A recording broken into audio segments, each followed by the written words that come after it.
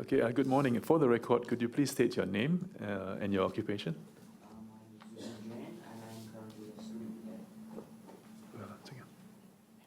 I'm Zubin Jain, and I'm currently a student at UWC SEA. Thank you. Okay, the evidence which you'll be giving today before the committee will be taken on oath. If you so desire, you can take an affirmation. Clerk of Parliament, please issue the oath. I, Zubin Jain, do solemnly and sincerely and truly declare and affirm that the evidence which I shall give before this committee shall be the truth, the whole truth, and nothing but the truth. Thank you. Please be seated. Okay. Welcome to the public hearing of the Select Committee. The focus of today's evidence gathering session is for us to put questions to you. You have taken a solemn obligation to answer our questions truthfully. And I now call on Mr. Ayu to ask a question. Thank you, Chairman. Thank you, Mr. Jain. Firstly, let me thank you for being so brave and also, willing to share your insights on this matter. Being someone so young, it's important to us that we also receive information and perspectives from the various groups within our community. So maybe just as a start, what I will do is actually to go through the submission that you've made and perhaps kind of highlight some of the key points that are of interest to us, and at the appropriate juncture give you the opportunity to elaborate on those points. You do have your submissions before you? You don't have? Okay, perhaps when I make reference to them, they will pull out the appropriate sections in your submissions, yeah? So maybe I'll start at the beginning, because at page 1, in paragraph 1, you actually pointed out the need to take into account the perspective of teenagers, right? As many deliberate falsehoods have originated from teenage efforts to generate profit or attention. Would that be correct? Yes, that would be correct. Yeah. And you also made mention that the avenues of communication, this is because the avenues of communication that most deliberate falsehoods are spread were initially dominated by teenagers. Perhaps you want to just elaborate a little on this? Today, communication, the methods of social media, they change really frequently. Like Facebook has been losing prominence, Instagram gained its place, and all these new avenues or these new methods of communicating online, these social media networks, are almost always initially used by teenagers. So you have to take into account where are they going, as if legislation might be targeted towards an old media that's losing relevance quickly. So you feel that there is need to look into legislation that would give more attention to these platforms where young people are congregating and using? I'm saying that legislation must take into account the fact that social media platforms change rather rapidly and nothing is fixed. You shouldn't rely on the specifics of a single platform. Understand. All right. You also noted that at paragraph 2 in page 1, that from your own personal experience, that the motivation for posting online falsehood is often to alleviate boredom, which is the case for many teenagers. Yeah. Yeah.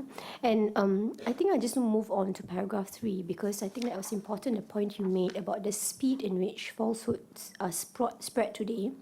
Because you highlighted clearly that in the past, falsehoods may take some hours to spread, and that gives some time for government to respond. But now, like you said, the changes, right? Social media has now changed. It's shortened this response period, and that it can be spread actually to the entire Singapore population in mere hours. So attempting to stop it, you say, is a losing proposition, as it only takes a single success for the damage to be done. Yeah. Perhaps you can elaborate a little bit more on this? Online falsehoods, they've always existed. People have always been lying about something. It's that the internet's speed of spreading it is what's given its damage. So I'm trying to alleviate or prevent people from lying on the internet is a losing proposition. Is there's just fundamentally too much traffic on the internet for legislation, legislative action, prosecutions to affect any more than a small fraction, and it won't have a major deterring effect. So because of that, I think when you elaborated in paragraph 4 on countermeasures, you propose that strict legislation be used against institutions and websites that encourage and abet the spread of misinformation. Would that be correct? Yes. And you also alluded to the fact that there is a need for quick responses to freeze the activity of fake news websites, as the traditional judicial process often fails to act quickly enough. Yeah, as like institutions and organizations, like they've also been a major part. Like these platforms, Facebook, and also other more niche sites, have like created these falsehoods and created these communities that thrive and actively support people who commit these falsehoods. The action should be directed towards these online communities and online organizations that encourage people and help people spread these falsehoods. So you envision quick response, quick, harsh, Yeah. strong legislation that will actually deal with some of these issues. Yes. How do you envision this in light of maybe young people who feel that they should have a freedom, to put whatever they feel, to put out their views? How would you respond to them? Because you're suggesting something fairly strong in responding to these deliberate falsehoods. I'm suggesting that action should be taken towards organizations and websites rather than individuals, as persecuting individuals often just brings more attention on them and lies they made and might in fact be their objective. I'm saying you're allowed to say what you want. It's just that that organizations that that encourage people to lie and that spread these misleading or false claims that will be targeted instead of the teenagers themselves. Sure. But can I just clarify, you're not saying that people should not be held responsible or taken to task if they have deliberately done something wrong or shared falsehood which is wrong, because you said target the organizations, target the institutions, but you also acknowledged earlier that some people do it out of boredom, some people do it, but they should also be taken to task, right, if they have done something wrong? In an ideal world, yes, but there's just too many people lying on the internet, so any prosecution will look selective and look improper and maybe create a martyr complex around. But are you those targeted. suggesting that no action be taken against anyone? Or? I'm stating that action should be taken only in the most egregious cases, like only when there's been a severe effect and it's blatantly obvious they lied, and prosecution should be carefully considered. Of individuals should be a last resort. So, because this committee is looking at deliberate online falsehoods, which make it a different category from, accidental or misinformation. Yes. So, you do acknowledge that in those kind of situations, deal seriously with individuals who deliberately spread online falsehoods. Yes, to spread online falsehoods deliberately, but often when they spread it deliberately, it's not because they're actively setting out to lie. It's just that they don't have any care for if it's true or not. They might think it's true, but they might not go through any effort to verify. So there's this middle ground where you're unsure if it's deliberate or not. That should So, be in which case you feel that we need to be more calibrated in our approach, Yeah, but you're not suggesting at all that we shouldn't penalize those who deliberately take out action to harm people. Yes. Okay, understand. You then move on to some other measures, which include education, right, on reliable sources and critical thinking, because I think this is an important measure. Like you say, some of those who have put it out is because they are not aware of things or they don't know, they didn't take time to verify. So this is an important measure in your mind, right? Yes, this is an important measure. Yeah. You also drew the distinction between that. I think you said that it's important to draw a distinction between reliable, legitimate new websites and those which are unreliable. Yeah. And you also expressed that government announcements should be structured in a way that makes it easy to verify. Yeah. Yeah, that's probably a accurate summary of the matters that you've raised.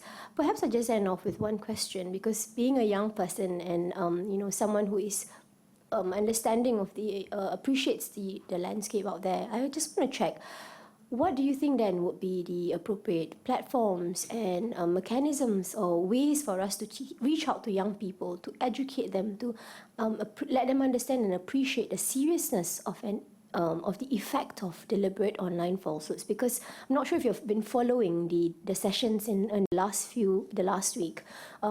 It has been said by many experts that some things that are put out there can really potentially cause serious damage. You had acknowledged it yourself.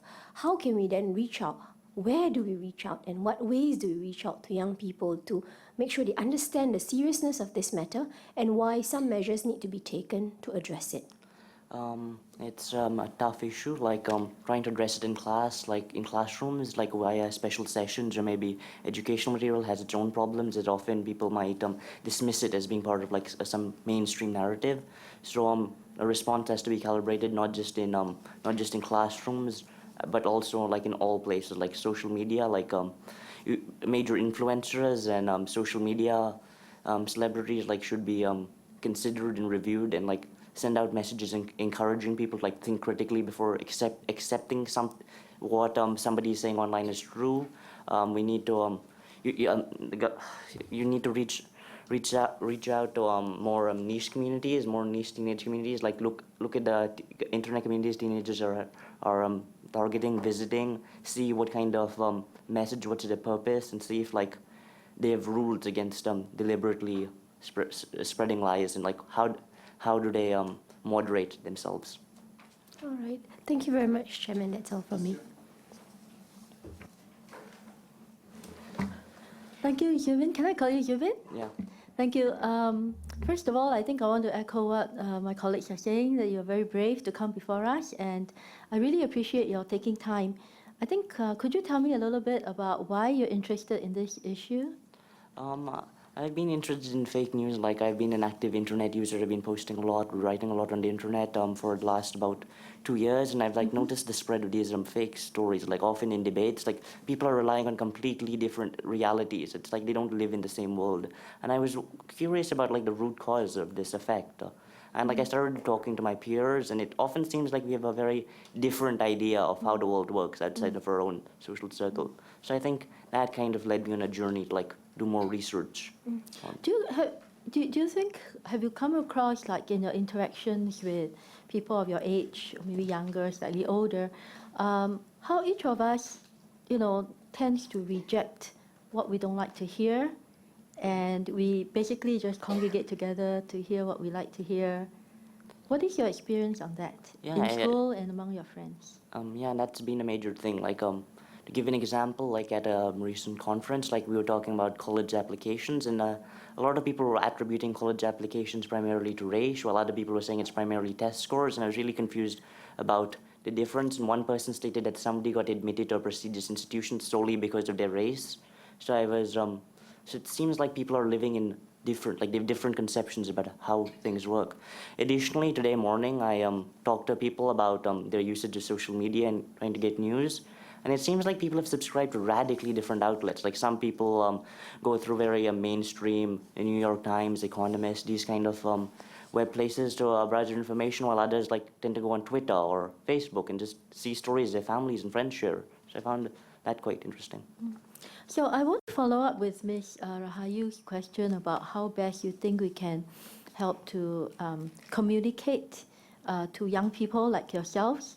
I think sometimes if we are only just talking all the time, like, oh, be careful about this, be careful about that, do you think there is a chance, a danger of young people just shutting their minds and saying, oh, I'm not going to listen, don't tell me what to do?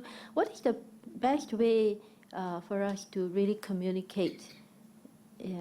I think it's best like give real life examples. Like it's a major problem of people just tuning out, like forgetting, like not listening, considering it just like action they must take. So I think it's important that the way these messages are structured are engaging and interesting by, for example, maybe incorporating gamification, like disguising it as a video game, or maybe like have like a social experiment, like the recent police operations on scams, where they operated their own scam outlets, and when people would fall for it, they would educate them. So maybe the government could like have some of these take a similar action for online falsehoods, like spread like a harmless online falsehood, and then when it's spread, they can like come out publicly and rebut it, like show how dangerous it is. So I think that could be like a sting operation. Like, what do you think of the efforts that have been made Singapore so far, whether in public or private schools, to reach out to students on media literacy? What efforts are you aware of, and how effective do you think they have been? There have been efforts at my school, like for a long time, like even back like 5 years ago, we had this assignment where we were given various statements and a website, and we had to research its reliability. And they've been moderately effective. I wouldn't say extremely effective, as I think the speed of technology, the way technology has progressed, has been far too rapid for any like school curriculum to catch up. Right. Okay, so ultimately, perhaps we should be inculcating in each of us a sense of social responsibility, that what we say may have implications and will have consequences. I And that should hopefully help us to be a bit more careful how we post what we want to post. I think it would be ideal, but I don't think that would be too effective, as typically we it wouldn't saying it has consequences would well it there's just too many people posting on the internet for saying it will have consequences to be a meaningful threat. Like I talked to all my friends today morning, and they all admitted to having lied on the internet. And I said, aren't you afraid of the consequences if anybody finds out? They just laughed it off as everybody does it. And I don't think saying, oh, lying on the internet will have consequences is going to be a very effective message to prevent people from doing it, as it simply simply happens too commonly. So we need to do more. Yes, you need to do more. Like try a different message. Like try having people think critically before accepting a fact. Like maybe create a 3-point test when seeing a headline before deciding if it's accurate or not. Or perhaps have people, because a major problem is people just read headlines and they don't read the actual article, which in fact might be radically different. So tell people to read the whole headline, read the whole article before making any conclusions. Thank you. Thank you for your interest, and thank you also for helping to alert your friends to what they should or should not be doing on the internet. I think we need more young people like you. Thank you. I have no further questions. Okay, as there are no further questions, Mr. Zubin Jain, thank you very much. I would like to also commend you on appearing before the Select Committee and sharing your views with us. Okay? Within the next few days, you will receive a transcript of what transpired here. Go through them carefully, see if there's any mistakes. If there are any mistakes, please correct them and send the transcripts back to us. And once again, thank you very much for your contributions. Thank you.